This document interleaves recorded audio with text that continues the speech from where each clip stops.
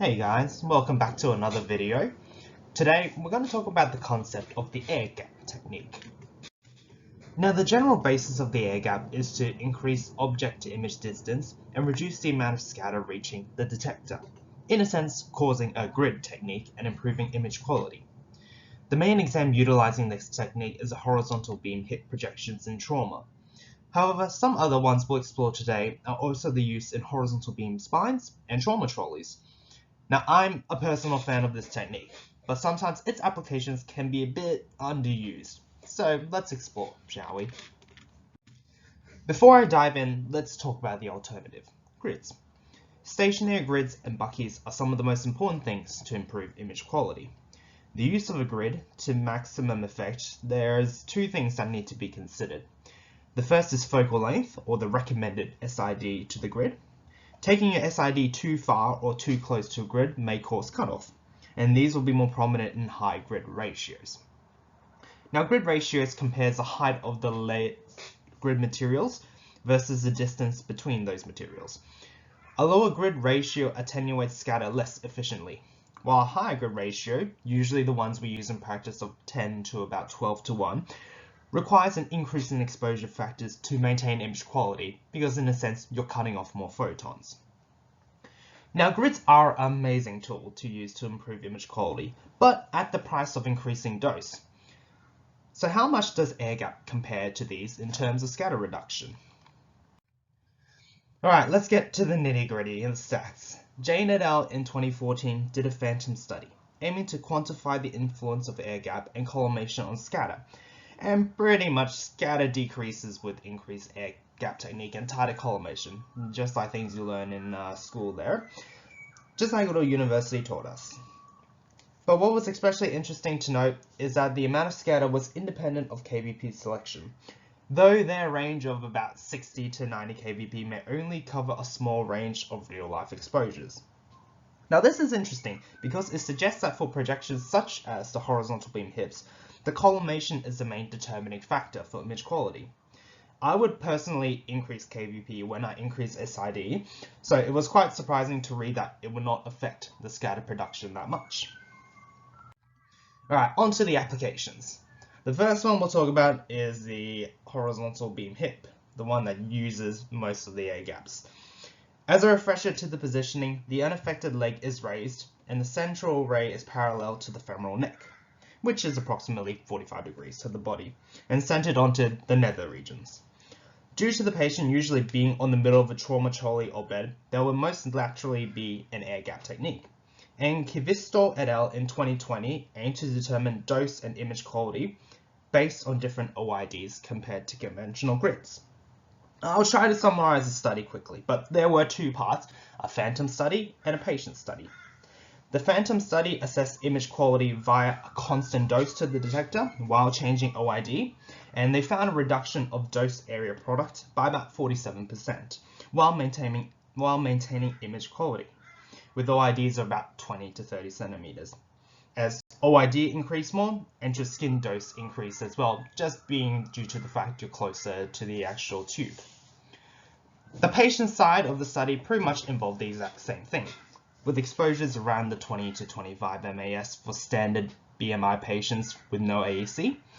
Two radiologists reported most images as being diagnostic, with only those with BMIs above 32 as being inadequate, but due to exposure settings.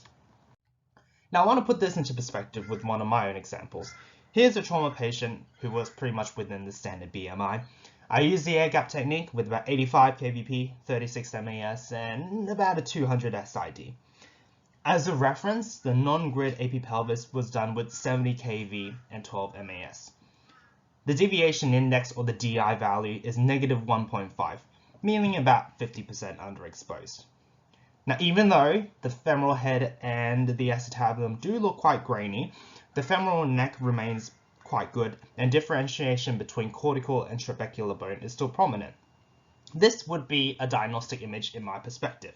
However, much like the study suggested, high BMI patients, you might have to consider still using a grid. Now, there isn't much online about applications into lateral spines, but Lizzie et al. In 2019 published a study that suggested using a 10 cm air gap technique significantly decreased dose area product by 72% compared to conventional grids for lateral lumbar spines.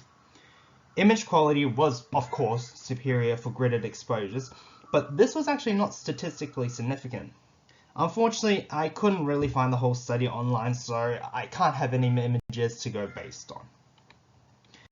Now, the last and probably most different application that we use is on trauma trolleys. Each department has their own designs. However, there should usually be about a good 20 to 30 centimeters of OID from the patient. Chan et al. In 2015 published a study comparing grid exposures with different air gap techniques. Again, I couldn't access the full article, I'm too poor to pay for that, but they suggested a maximum dose saying of about 70% at 10 centimeters of OID, while still having diagnostic images. The final one that I'll look at is an impressive thesis done by Tugwell in 2016. I'll link this one and the other studies in the description for you guys to have a look. But she compared multiple exposures using different SIDs and air gaps with a stationary grid compared to a table bucky. Her results suggested that an elevated 130 SID with increased OID from the air gap yielded the most optimal image on a trauma trolley. However, this finding was not statistically significant. What was interesting to note that a standard 110 SID with an elevated detector on a trauma trolley actually had a perceived opinion of decreased image quality, but again, not statistically significant.